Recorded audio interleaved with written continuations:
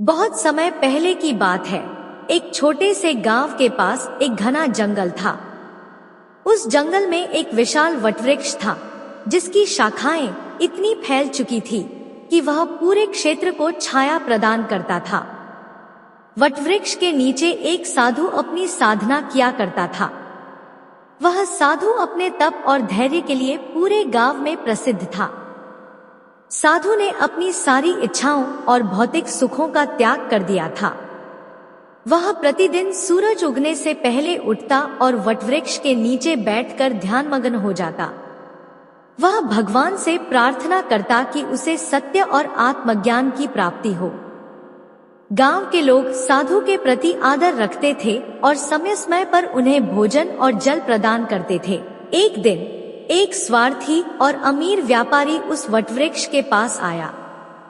उसने साधु को देखा और सोचा, यह साधु यहाँ खाली बैठकर समय बर्बाद कर रहा है।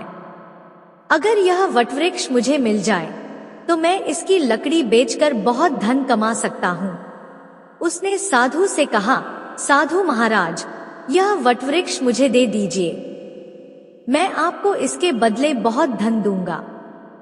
साधु ने मुस्कुराते हुए उत्तर दिया, यह वटवृक्ष मेरा नहीं है, यह तो प्रकृति की देन है जो सबके लिए है। इसे बेचना या खरीदना संभव नहीं है। व्यापारी साधु की बातों से क्रोधित हो गया और उसने स्वयं वटवृक्ष को काटने की योजना बनाई। उसी रात वह कुल्हाड़ी लेकर वटवृक्ष के पास आया, लेकिन जैसे ही उसने वटवृक्ष पर कुल्हाड़ी चलाने की कोशिश की, एक अद्भुत घटना घटी। वटवृक्ष से एक तेज प्रकाश निकलने लगा और एक दिव्य स्वर सुनाई दिया, यह वृक्ष केवल साधु की तपस्या और उसकी निस्वार्थ भावना के कारण जीवित है। यदि तुम इसे नुकसान पहुंचाओगे तो तुम्हारी सारी संपत्ति नष्ट हो जाएगी। व्यापारी यह सुनकर डर गया और साधु के चरणों में गिरकर क्षमा मांगने लगा। साधु ने उसे माफ कर दिया और समझाया, प्रकृति का हर उपहार केवल मानव के उपयोग के लिए नहीं है, हमें उसकी रक्षा करनी चाहिए।